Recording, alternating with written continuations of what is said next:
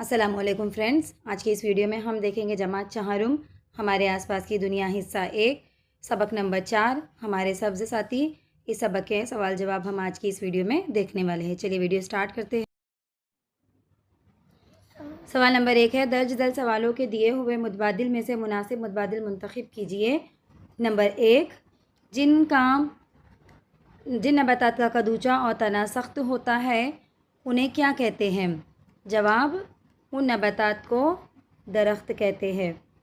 Number 2 है, जो नबातात दूसरी नबातात पर उगती है और उनसे ग़िज़ा हासिल करती है उन्हें क्या कहते हैं? जवाब है, उन नबातात को तुफ़ैली नबातात कहते हैं। अगला सवाल है, पौधों को फूलों के रंग और खुशबू का क्या फ़ायदा होता है? जवाब, कीड़ों को राग़िब करने के लिए। अगले सवाल की तरफ बढ़ते हैं। अगला सवाल है सवाल नंबर 4, कली तब्दील होकर क्या बनती है?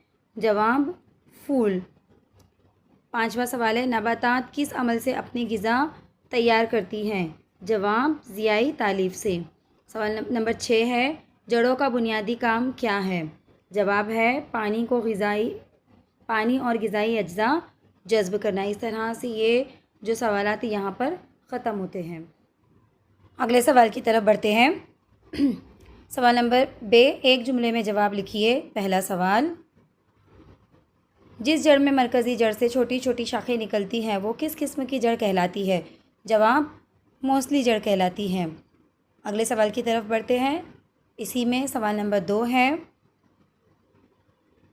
नबातात अपनी ग़िज़ा तैयार करने के लिए किस हिस्से का इस्तेमाल करते हैं? जवाब, नबातात अपनी ग़िज़ा तैयार करने के लिए पत्तों का इस्तेमाल करते हैं।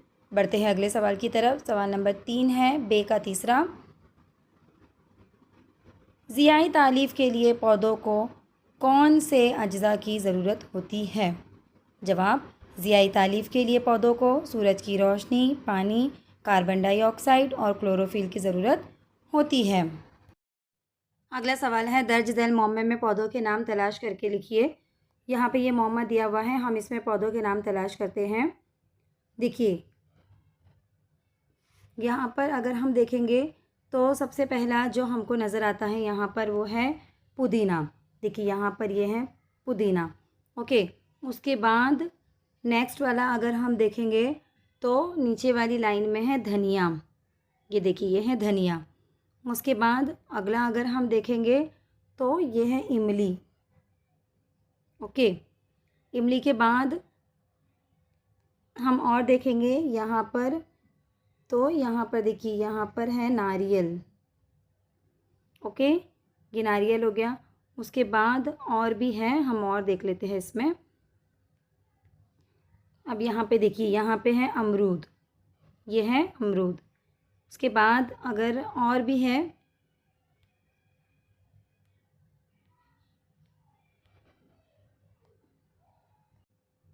देखिए अगला यहाँ पर है आम, ये एक है। और भी हम देखेंगे आम के अलावा अब यहाँ पर हमको देखेंगे तुलसी। देखिए यहाँ पर है ये एक तुलसी का पौधा। ऐसे और भी पौधे, इसके अंदर पौधों के नाम अगर आपको मिलते हैं तो आप मुझे बता सकते हो कमेंट करके। मुझे तो जितने नाम मिले हैं मैंने आपको बता दिए हैं। एक और नाम है, देखिए यहाँ पे मुझे एक और नज़र आया, ये है गुलाब का पौधा। ओके, तो इस तरह से यहाँ पर ये तमाम जितने भी इस मोमे में छुपे हुए पौधों के नाम हैं वो हमने तलाश कर लिए हैं। अब यहाँ पर साइड में मैंने दे भी दी हूँ कि कौन कौन से नाम हैं, तो आप इनको नोट कर लीजिए। बढ़ते हैं अगले सवाल की तरफ। अगला सवाल है, दर्ज झैल सवालों के जवाब लिखिए। नंबर 1, घर या पाए बाग में तिब्बी पौधे क्यों लगाने चाहिए? जवाब है, घर या पाए बाग में तिब्बी पौधे जैसे तुलसी, पुदीना, एलोवेरा इसलिए लगाने चाहिए ताकि मामूली बीमारियों जैसे खांसी, नज़ला, पेट दर्द के इलाज के लिए फ़ौरी तौर पर कुदरती और सस्ती अद्वियात दस्तयाब हो सके, और ये हवा को भी साफ़ रखते हैं। अगला सवाल है, जंगल में दरख्तों को पानी और खाद ना मिलने के बावजूद वो कैसे बड़े होते हैं? जवाब, जंगल में दरख्तों को कुदरती तौर पर बारिश का पानी मिलता है और इनकी जड़ें ज़मीन में गहराई तक जाकर नमी जज़्ब करती है। इसके अलावा गिरे हुए पत्ते और पौधे मिट्टी में सड़ गल कर कुदरती खाद ह्यूमस बनाते हैं, जिससे दरख्तों को तमाम ज़रूरी ग़िज़ाइयत मिल जाती हैं। बढ़ते हैं अगले सवाल की तरफ। अगला सवाल है, नबाताती अज्जा से बने हुए घरों के क्या फ़ायदे हैं?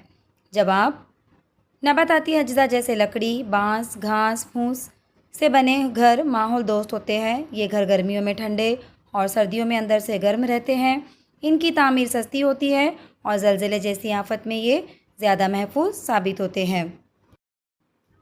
बढ़ते हैं अगले सवाल की तरफ। अगला सवाल है, तस्वीर का मुशाहिदा करके पौधों के मुख्तलिफ हिस्सों के नाम और उनके इस्तेमाल लिखिए। नंबर 1, पत्ते। ये सूरज की रोशनी की मदद से पौधे के लिए ग़िज़ा तैयार करते हैं और माहौल को ऑक्सीजन फ़राहम करते हैं।